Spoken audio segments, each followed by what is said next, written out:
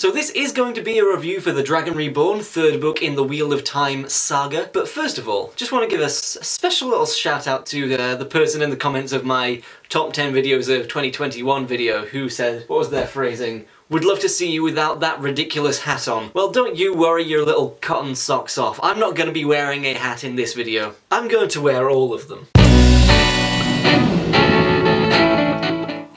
This feels very strange on my head, actually. I don't know if I'm gonna keep this bit up for the whole video. Yeah, the Green Day one matches the book, so let's keep that on. The Dragon Reborn, third book in the Wheel of Time series. I have just finished reading this book yesterday.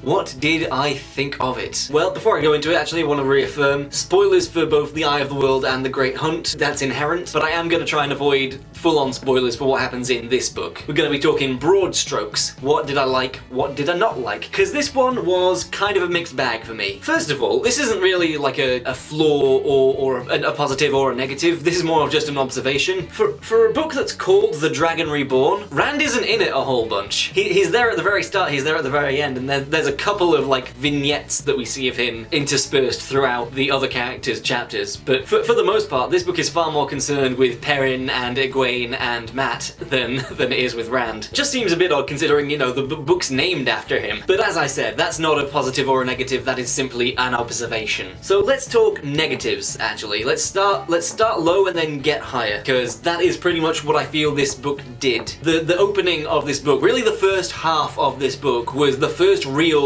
lull in the series that I've felt so far. The opening with Rand and Perrin up in the mountains, and then Egwene and Nynaeve and Elaine in Tarvalon. I was reading through all of those, and it was like, this is fine, but it's just not quite getting me amped up to turn the page, you know, as like previous parts of this series have. It was like, this is all very well, but something's just not quite clicking enough to get me as invested in this storyline as I was in the previous two books. I mean, obviously the opening of the very first book is somewhat of a slow burn, but then once it gets going, you know, it gets going. And this one I felt The Dragon Reborn took even longer to really get to the point where it actually gets going and hooked me in, and so for me that does sort of lower the overall quality of the experience of reading this book. And I felt as a whole the Perrin storyline that we're following just was nowhere near as compelling as any of the other storylines that were going on. Which is a shame because I do like Perrin as a character, there's a lot of interesting stuff going on with him. But I did feel like in this book every time I turned over and it was a Perrin POV chapter, I was just like,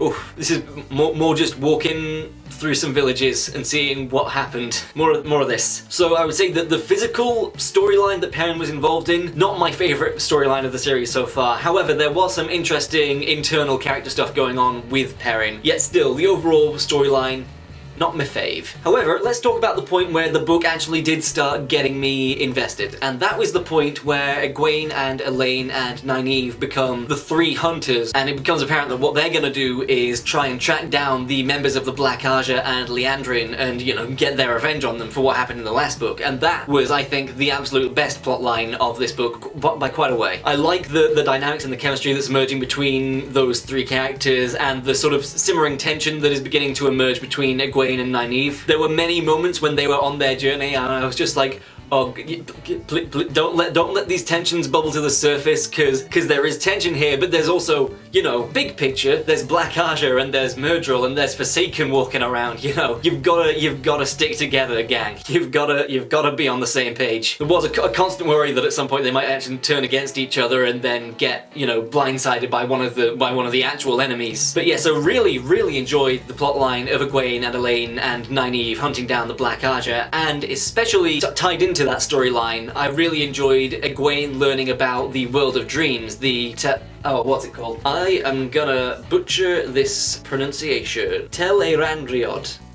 Is that it? I'm just gonna call it the world of dreams. But yeah, Egwene becoming a dreamer and then getting to learn about and experience this world of dreams and then seeing how that interacts with the world. That was absolutely fascinating. I just loved seeing like more little facets of the magic that is involved in this series. It is very cool, very interesting to explore, and I like the way that it connected to Egwene's character, the fact that she might be a dreamer and have this power that she can use in, you know, what is to come. And obviously part of the fact that she is a dreamer means that she has certain advantages that Nynaeve doesn't, which is obviously grating on Nynaeve because she is older than her and Elaine and considers herself the one in charge. But Egwene is becoming a more dominant personality as well, and so those two are butting heads.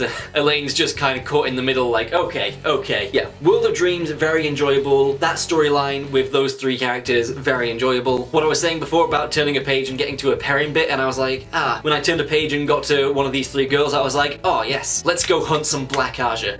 Hell yeah. So I would probably say that that plotline was my favourite, although there is another contender, and I would say that is Matt's storyline. For the first time in the series, Matt is actually getting POV chapters now. One of my absolute favourite bits was the very first chapter that we had from Matt's perspective, where Robert Jordan essentially just roasts the character for his behaviour in the first book. He's waking up in Tar Valon and he's got some gaps in his memory, and it's something like, his mind was empty of the where and when. And a lot more besides. Basically just saying that Matt is no thoughts head empty. And to be fair, yes, especially in Eye of the World, he was just frustratingly idiotic in that book. By far, in a way, he was my least favourite character from the first book. However, in this book, he has risen up the ranks a fair bit. After everything that he's been through in the first and second books, and the whole situation with the dagger and everything, he's certainly gone to a slightly more mature level, and getting to see inside his head and the way that his thought process works has actually made him a lot more sympathetic of a character. Not to mention, he's kind of become something of a badass. Like when he faces off against Elaine's brothers with the quarterstaff and they've got swords, and then he just completely obliterates them. That was an excellent bit. I like that the Dragon Reborn is taking, with Matt's character, this sort of sense of swords are not the be-all and end-all of combat. You can have other weapons. And Matt is pretty damn deadly efficient with a quarterstaff, so he's gonna stick with it. And you know what? That's pretty cool. Not to mention the plotline of Matt having suddenly supernatural levels of luck. That was also very compelling, because it's like, this is very interesting, but what's going on? Why is this happening? And is this, you know, is this ultimately a good thing, or is this something that seems good, but is later going to come back around to bite him? But I did just love the way that he basically figures out, well, I guess I'm extra lucky now. I'm gonna go and take advantage of this in whatever way I can. And there is still definitely a reckless streak to his character. For example, the way he behaves with fireworks. That felt like first book Matt, where he's like, let's chuck one of these in the fire, just to see what happens. I've been explicitly told not to cut one of these open because they might explode. But I have pretty good luck though. I'm just gonna see what happens. Oh, Matt. Sometimes what Matrim Cawthon is doing is like a car crash that you can't take your eyes away from. And to be honest, if we take the Dragon Reborn at face value, just this book on its own, I would say Matt is probably my favourite character from this book. People in the comments of my first Eye of the World review did tell me Matt gets better in time, and you were absolutely right. I'm already beginning to really enjoy his character, which is no small achievement considering how much he irritated me in book one. And then final thought about Rand himself, the Dragon Reborn himself. As I said, we do not see much of Rand in this book, especially compared to the first two, but for the few glimpses of him that we do have, I really enjoy the way that Robert Jordan is writing the potential madness within him. He's channeling the One Power now, quite a bit, and whenever we're inside his head, there is that sense of like, he might be kind of losing it. He is like walking on a knife edge to retain his sanity. I just thought that aspect of Rand's journey was written very well. Also, I did enjoy the fact that he confronts one of the Forsaken and is just like not impressed at all. He's like, motherfucker, I've faced Baalzamon. Do you think I'd have the time of day for you? Get out of here.